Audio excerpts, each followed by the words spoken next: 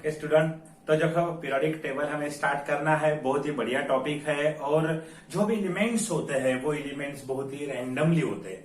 मतलब वो बहुत सारे एलिमेंट डिस्कवर्ड हो चुके थे, पर वो सारे एलिमेंट हर साइंटिस्ट को अलग अलग तरीके से एक्सपेरिमेंट करके एलिमेंट्स के प्रॉपर्टीज को फाइंड आउट करना पड़ता था।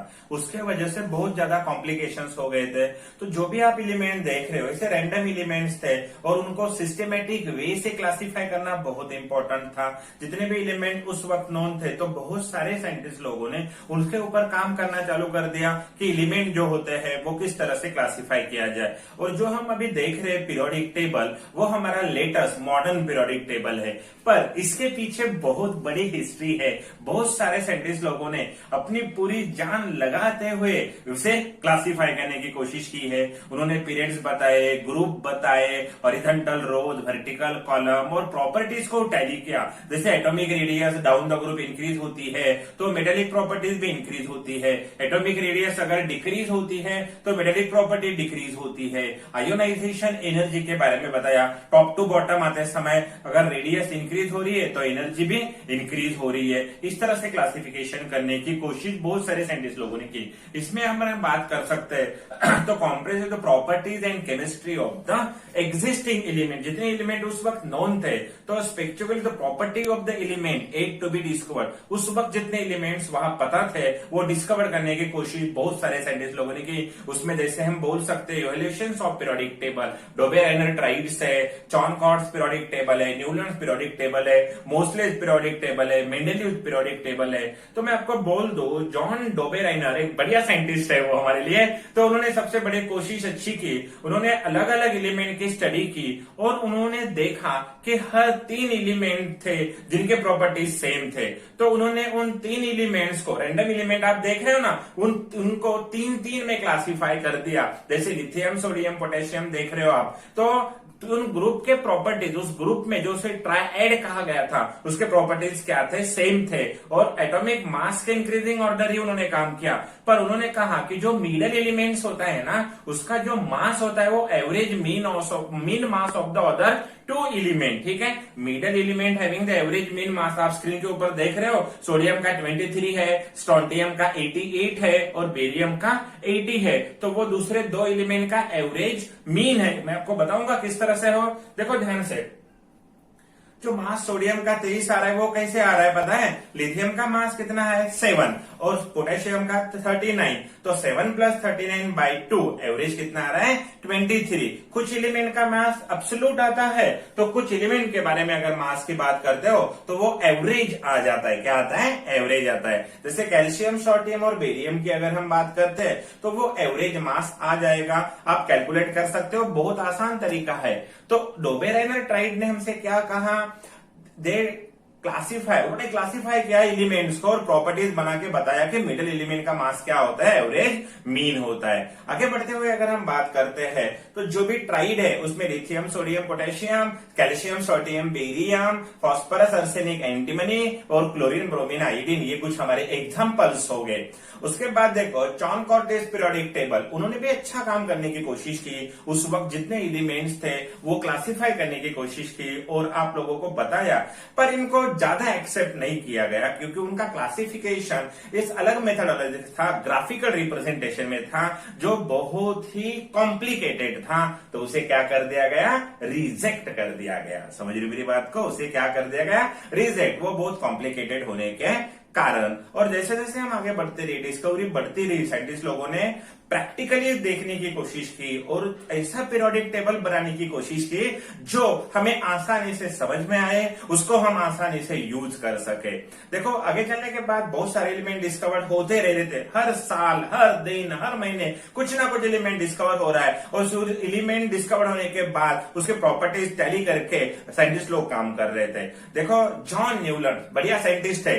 उन्होंने म्यूजिकल जो ट्रेन होता है, ठीक है, सा रे ग म प ध नि सा, तो पहला सा और आखिरी सा उस ऑक्टेव्स के हिसाब से क्लासिफिकेशन किया। They arrange the element in increasing order of atomic masses and found that 8th element जो होता है ना, 8वां, उसके प्रॉपर्टीज फर्स्ट जैसे होते हैं। 8th एलिमेंट जो होता है उसके प्रॉपर्टीज फर्स्ट जैसे होते हैं। ये किसने बताया? न्यूलैंड्स ऑक्टेव्स ने बताया। to a note of the octaves part A B C D E F G A and A, eighth element have the same properties। जो एट्थ एलिमेंट था, जैसे देखो एग्जांपल आपको दिख रहा है, सोडियम का एटॉमिक मास प्रॉपर्टीज और लिथियम के प्रॉपर्टीज क्या हो रही है, सेम। क्यों?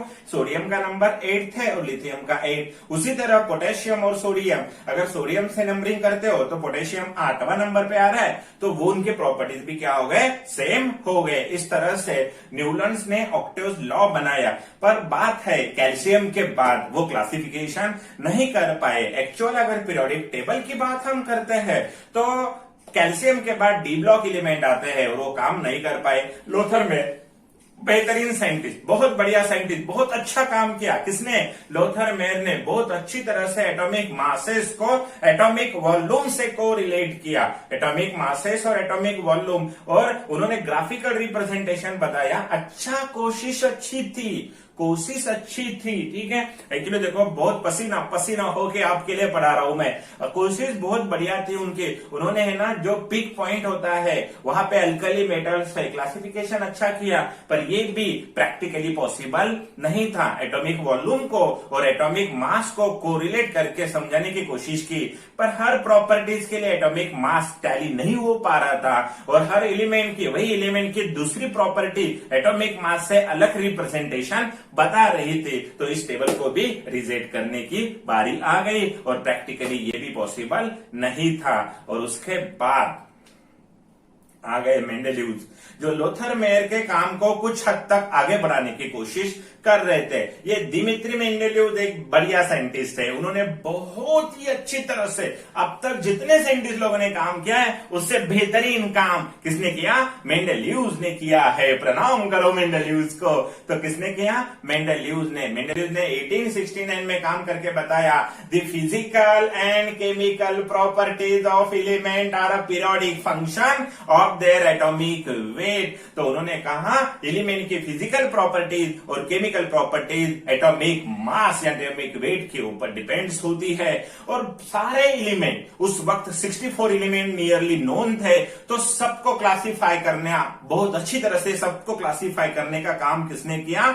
मेंडेलीव्स ने किया। और दुनिया को कहा लो मेरा पीरियोडिक टेबल। अच्छी तरह से जिन्होंने वर्टिकल लाइंस बनाए, वर्टिकल लाइंस और कॉलम बनाए, तो उन्होंने हॉरिजॉन्टल रोज को पीरियड नाम दिया, और जो वर्टिकल कॉलम्स थे उनको ग्रुप नाम दे दिया। ध्यान रहे उस वक्त ग्रुप कितने बनाए? 8 ग्रुप बनाए। सीरीज भी कहा था उन्होंने, ठीक है। तो बेसिस ऑफ मेंडेलीव्स क्लासिफिकेशन क्या है?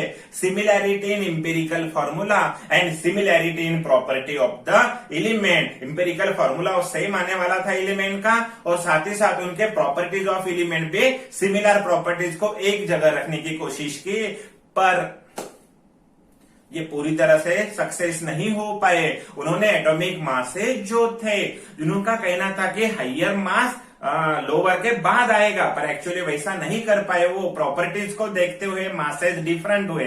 आयोडीन पहले चाहिए था, टेलुरियम बाद में, पर उन्होंने टेलुरियम पहले रख दिया, आयोडीन बाद में। और देखो फ्लोरीन, क्लोरीन, मैग्नीज तो उस ग्रुप में नहीं होना चाहिए, वो तो मेटल है, पर फिर भी उन्होंने वैसा किया। तो ऐसे कुछ ड्रॉबैक्स भी उनके पीरियोडिक टेबल में नजर आए। उसका एक अच्छा एडवांटेज थे, उन्होंने उस वक्त कुछ प्रॉपर्टीज बताए। आगे चल के अगर कुछ एलिमेंट मिल गए दोस्तों, तो वो एलिमेंट मैं जो कह रहा हूं उसी तरह से प्रॉपर्टी बताएंगे। ऐसा फ्यूचर किसने बताया?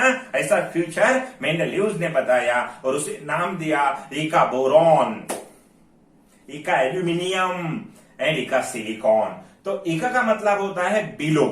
इका एल्यूमिनियम आपके स्क्रीन के ऊपर नजर आ रहा है, इका बोरॉन और इका सिलिकॉन। तो इका एल्यूमिनियम, इका बोरॉन और इका सिलिकॉन, ये उन्होंने फिक्टिशियस एलिमेंट थे, आगे चल के मिलेंगे। और लेटर ऑन डिस्कवरी हुई, इका एल्यूमिनियम का गैलियम मिला, इका सिलिकॉन का जर्मेनियम मिला, और इका बोरॉन का स्कैंडियम मिला। And the particular periodic table accepted world wide, accepted world wide. ये पीरियोडिक टेबल पूरी दुनिया ने एक्सेप्ट कर लिया, बेहतरीन पीरियोडिक टेबल। पर क्या हुआ? इस पीरियोडिक टेबल में ड्रॉबैक्स नजर क्या है मालूम है? ड्रॉबैक्स था position of hydrogen not correctly defined. उन्हें हाइड्रोजन की पोजीशंस एब्सोल्युटली पता नहीं थी। No place for isotopes. Isotopes के मासेस तो अलग होते हैं, तो अलग अलग पोजीशन देनी चाहिए, पर वो नहीं कर पाए। Placement of element having greater atomic mass before element having lower. मैंने अभी आपको कहा आयोडीन को बाद में रखा, एक्चुअल पहले रखना जरूरी था। ये ड्रॉबैक्स है किसके? मेंडेलियव्स के। दोस्तों मॉडर्न पीरियोडिक टेबल की अगर बात करते हैं एवोल्यूशन ऑफ पीरियोडिक टेबल में, तो देखो ध्यान से, मेंडेलियव्स का पीरियोडिक टेबल भी बेहतरीन है, कोई डाउट नहीं, पर आगे चल के फिर बी और भी अच्छा। देखो एनॉर्मलीज क्या होते हैं? The position of isotope that were discovered then was not included in this periodic table. Isotopes बाद में मिले, एक्चुअली उन्हें पता ही नहीं था ना, तो वो क्या करेंगे? पर आगे चल के वो उनके ड्रॉबैक्स के रूप में ड्रॉबैक्स बोल के सामने आने लगे। आइसोटोप बाद में मिले, सब एटॉमिक पार्टिकल की डिस्कवरी बाद में हुई, तो उन्हें एटॉमिक नंबर के बारे में तो कुछ पता ही नहीं था। एटॉमिक मास पता था पर नंबर नहीं। आइसोटोप्स नोबल गैसेस बाद में डिस्कवर हुए, तो मेंडेलियव्स भला क्या करते?